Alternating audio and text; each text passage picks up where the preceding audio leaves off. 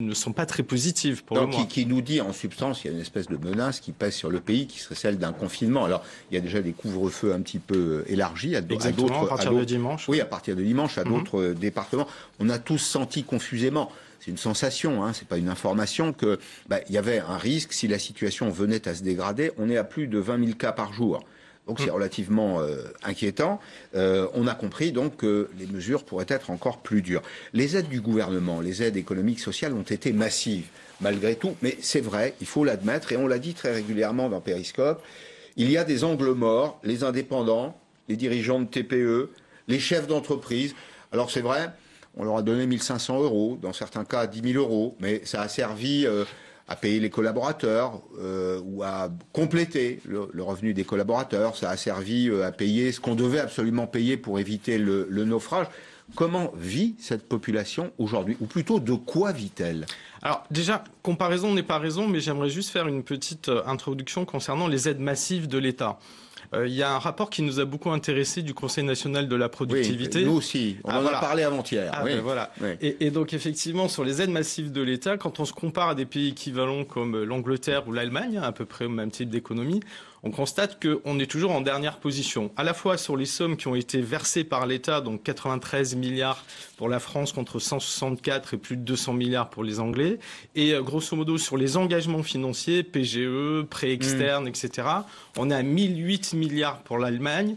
Je crois que l'Italie même est devant nous, puisque nous, on est à 414 milliards. Et l'Italie, je crois, est aux alentours de 575. Chez nous, il y a beaucoup de promesses de dons.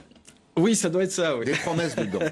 Donc en fait, voilà, je permets de relativiser Bien déjà sûr. sur la partie engagement massif. Chômage partiel. Attendez, si on fait le tour, Marc Sanchez, les fonctionnaires ont été payés à 100%, qu'il s'agisse des fonctionnaires d'État, des collectivités ou du secteur de la santé. Certains ont même été augmentés, et je crois que c'est d'ailleurs tout à fait juste titre, légitime.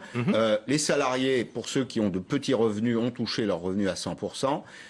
Les autres à 80%. Et souvent les compléments aussi ont été faits par les chefs d'entreprise, à 85%. Il reste quand même une population, en effet, qui est passée à travers les mailles du filet de protection. C'est la vôtre. Qui a eu 1 500 €, on va dire, pour les entreprises dites non essentielles, à partir du moment où elles arrivaient à justifier une baisse de leur chiffre d'affaires de 50%.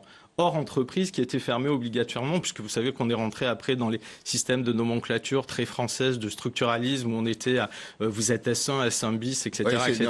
Ne rentrons pas dans le détail parce que ça donne mal à la tête. Mais ça veut dire que tout le monde n'était pas éligible. Voilà. Mais ce qu'il faut savoir, c'est que dans le dernier baromètre du SDI, on a constaté, tout secteur d'activité confondu, et encore plus pour les CHR, une perte moyenne sur l'année, puisque l'enquête a été faite au mois de décembre, de à peu près entre 20 et 40% de baisse de chiffre d'affaires. Et le plus inquiétant, c'est que les marges des entreprises, donc par rapport à la valeur ajoutée, ont, elles, en moyenne baissé de 29%.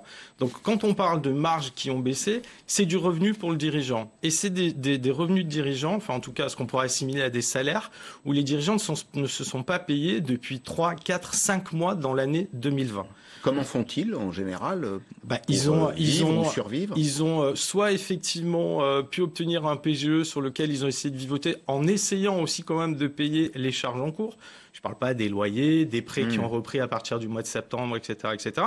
Mais là où il va y avoir une vraie complexité, c'est à partir du mois de mars, quand on va devoir effectivement non seulement avoir des échéanciers sur les reports de dettes, de notamment charges sociales et fiscales, mais en plus sur le remboursement du PGE. Alors, pour être très honnête, Bruno Le Maire, notamment mardi, après plusieurs réunions qu'on a pu avoir, a fait des déclarations notamment pour le secteur des CHR, où il estimait qu'il allait négocier avec les banques de manière à encore reporter effectivement le prêt et son remboursement. On va traduire un CHR café, hôtel, restaurant. Oui, café, hôtel, restaurant, oui, pardon.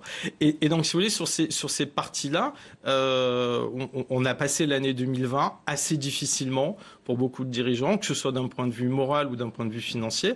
Et le point de vue moral, il faut bien l'intégrer aussi dans l'équation. Mais en même temps aussi sur la relance, et notamment le plan de relance qui est prévu par le gouvernement. Au regard de ce qui a été investi, d'ailleurs, nous souhaiterions qu'il puisse y avoir un filet de sécurité à travers un prolongement du fonds de solidarité au moins jusqu'au mois de juin, qui puisse permettre aussi de donner une visibilité à ces entrepreneurs qui représentent quand même 98% de l'économie de ce pays. C'est ça. Ce qu'il faut dire, c'est que souvent,